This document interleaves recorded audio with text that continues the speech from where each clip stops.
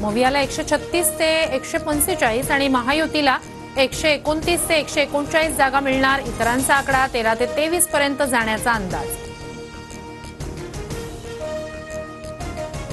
TV9 reporters pole नुसार महायुती मवियात काटेकी टक्कर, इतरांच्या हाती सत्तेच्या चाव्या जाण्याची शक्यता, तर 13 ते 23 अपक्ष येण्याचा अंदाज।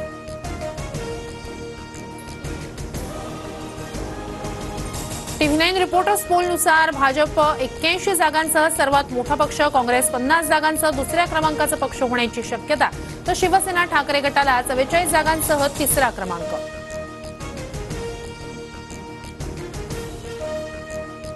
P-मार्कच्या एक्झिट पोलनुसार महायुतीला राज्यात 137 ते 157 जागा मिळण्याची शक्यता, मवियाला 126 ते 146 जागा मिळण्याचा अंदाज, इतरांच्या 2 ते 8 जागा येण्याचाही दावा।